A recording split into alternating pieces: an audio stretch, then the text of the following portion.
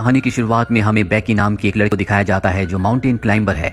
उसकी अभी अभी डैन से शादी हुई है।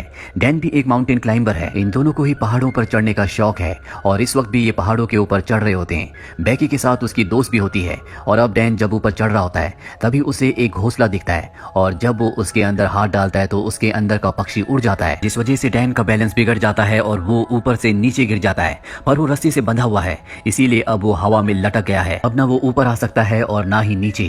ये दोनों के दोनों डैन को बचाने की कोशिश करते हैं लेकिन ये उसकी मदद नहीं कर पाते और तभी उसकी रस्सी का क्लिप निकल जाता है।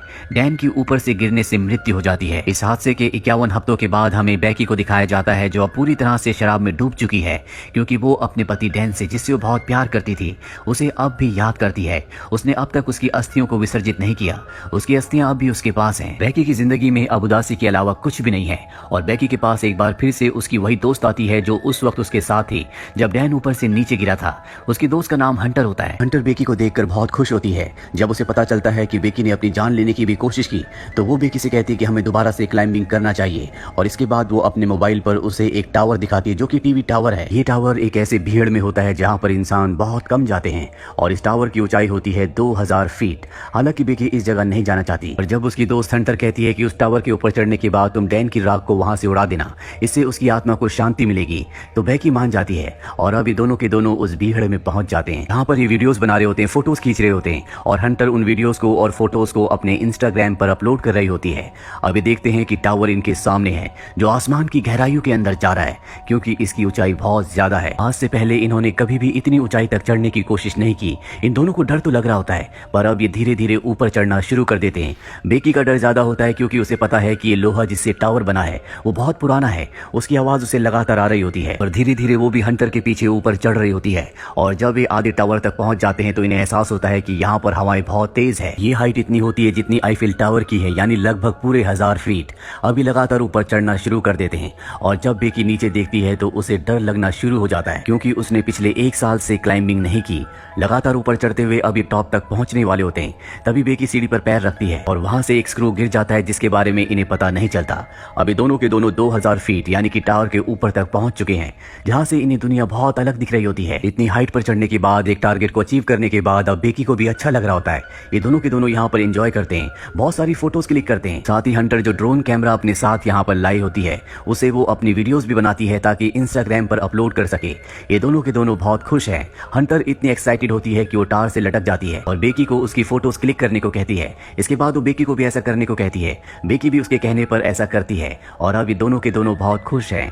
इसके बाद बेकी डैन की राख को यहाँ से हवा में उड़ा देती है जिससे उसे तसल्ली मिलती है। ये दोनों के दोनों बहुत इमोशनल हो जाते हैं लेकिन बेकी फाइनली अब डैन को अलविदा कह चुकी है, यानी कि अब उसकी जिंदगी की एक बार फिर से शुरुआत हो गई। अब ये दोनों के दोनों अपना सामान पैक करके नीचे जाने की तैयारी करते हैं। सबसे पहले बेकी नीचे उतरती है पर तभी वो स्क्रू जो कि निकल गया था उस जगह से लैडर टूट जाती है। बेकी हवा में लटक जाती है पर रस्सी की वजह से वो जमीन पर नहीं गिरती, जिसके बाद हंटर उसे वापस ऊपर खींच लेती है। लेकिन बेकी के पास जो बैग था जिसके अंदर इनके खाने पीने की चीजें थी वो नीचे डिश पर अटक जाता है जहां तक पहुंचना लगभग पूरी तरह से नामुमकिन है। ये अपने मोबाइल्स को भी चेक करते हैं लेकिन यहाँ पर इतनी ऊंचाई पर कवरेज नहीं होता, यानी कि ये दोनों के दोनों अब 2000 फीट की ऊंचाई पर फंस चुके हैं। यहाँ दूर दूर तक कोई भी नहीं होता, अगर कोई हुआ भी तो इतनी ऊंचाई से इनकी आवाज नहीं सुन सकता। यहीं टावर के ऊपर एक बॉक्स होता है जिसके अंदर एक फ्लेयर गन और एक दूरबीन होती है और दिन में फ्लेयर गन का इस्तेमाल करने का कोई भी मतलब नहीं है क्योंकि फ्लेयर गन को दिन में कोई नहीं देखेगा। अभी दूरबीन से देखते हैं तो सामने इन्हें एक गाड़ी दिखती है लेकिन वो लोग इन्हें इतनी ऊंचाई पर नहीं देख सकते, ना इनकी आवाज सुन सकते हैं। हंटर एक बार फिर से अपना मोबाइल देखती है और जो पोस्ट उसने इस टावर के बेस से की थी वो पोस्ट इंस्टाग्राम पर पोस्ट हो चुकी होती है जिस पर बहुत सारे लाइक्स और कमेंट्स होते हैं। इसका मतलब ये है कि टावर के तल पर कवरेज है और अब हंटर अपने मोबाइल पे मदद के लिए एक मैसेज को रिकॉर्ड करती है और इंस्टाग्राम पर उसे पोस्ट कर देती है। इसके बाद वो अपने मोबाइल को रस्सी से बांधकर टावर से नीचे लटकाती है ताकि कवरेज आए और उसका मैसेज पोस्ट हो जाए।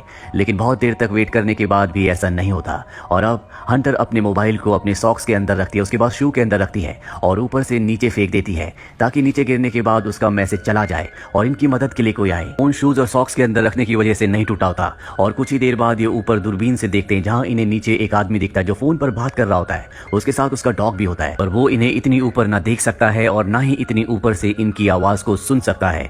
यहाँ पर वो अपने फोन में बहुत ज्यादा मग्न होता है। उसे अपनी प्रेजेंस का एहसास दिलाने के लिए ये ऊपर से एक और शू को फेंकते हैं। हालांकि वो शू तो देख लेता है लेकिन उसे ऐसा लगता है कि ये पहले से यहाँ पर था और वो अपने डॉग के साथ वहां से जाने लगता है। हालांकि बेकी यहाँ पर फ्लेयर गन चलाने की कोशिश कोशिश भी करती है, लेकिन हंटर उसे रोक लेती है और कहती है कि रात होने का हमें इंतजार करना होगा, रात को वो हमारी फ्लेयर गन को देख लेंगे। और अब यहाँ पर अंधेरा हो जाता है, जिसके बाद ये फ्लेयर गन चलाते हैं, साथ ही अपने मोबाइल की टॉर्च को ऑन करके अपने हाथ से हिलाना शुरू कर देते हैं।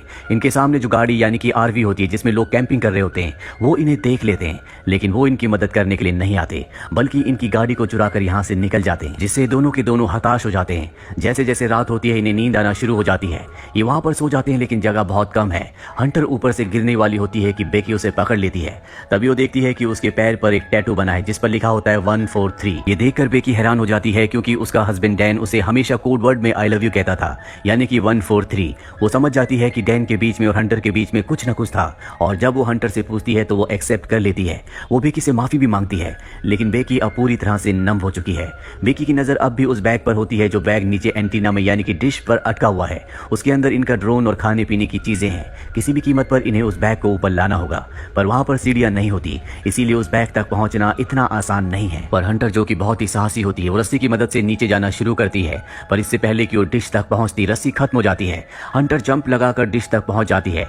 अब उसके पास बैग है, लेकिन रस्सी उससे दूर होती है। वो सेल्फी स्टिक की मदद से बैग को रस्सी में अटकाती है और इसके बाद खुद भी जंप मारकर रस्सी को पकड़ लेती है। पर रस्सी से ऊपर चढ़ना इतना आसान नहीं है, क्योंकि इसमें बहुत ताकत लगती है और उसके हाथ जख्मी हो रहे होते हैं, जिस वजह से रस्सी उससे छूट जाती है और नीचे गिर जाती है। बेकी जब नीचे देखती है तो वो अब भी रस्सी से अटकी हुई होती है और वो उसे रस्सी के साथ ऊपर खींच लेती है, जिस वजह से उसकी जान बच जाती है। अब इनके पास इनका ड्रोन है जिसे ये मदद मंगवाने के लिए यूज करना चाहते हैं। ये एक पेपर पर लिखते हैं कि हमें मदद की जरूरत है, हम टावर के ऊपर अटक चुके हैं, और उस पेपर को ये ड्रोन के साथ फिक्स कर देते हैं और अब ये ड्रोन को उड़ाते हैं। पर तभी इन्हें पता चलता है कि इनके ड्रोन की बैटरी बहुत ज्यादा डाउन है, वो सामने दूर दिख रहे घर तक नहीं पहुंच सकता, इसीलिए इन्हें ड्रोन को वापस बुलाना पड़ता है। और अब एक बार फिर से रात हो जाती है। रात को जब बेकी सोती है तो ऊपर देखती है कि टावर के टॉप पर एक लाइट जल रही है, यानी कि वहां पर करंट है। वो बड़ी मुश्किल से ऊपर चढ़ती है और ड्रोन के चार्जर से उसे चार्ज करना शुरू करती है।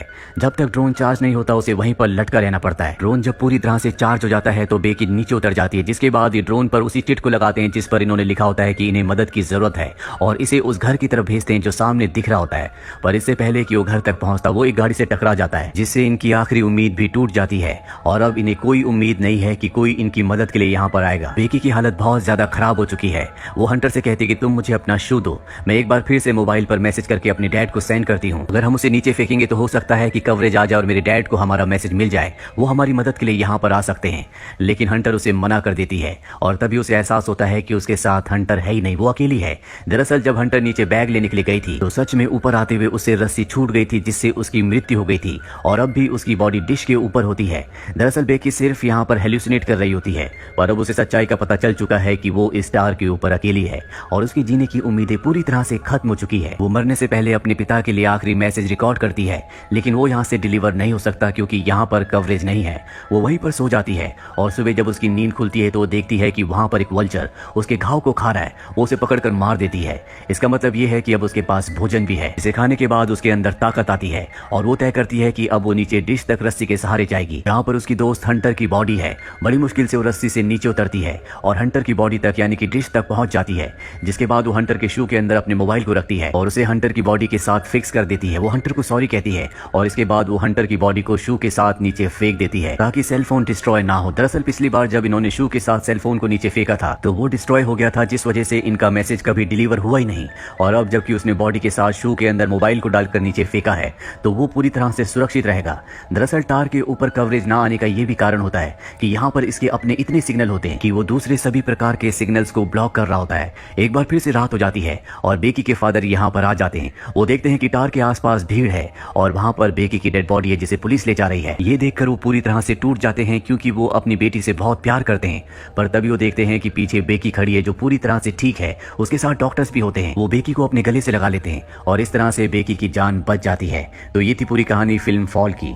ये फिल्म ईयर 2022 में रिलीज हुई थी। IMDb पर इसकी रेटिंग है 6.4। उम्मीद करते हैं कि ये कहानी आपको पसंद आई।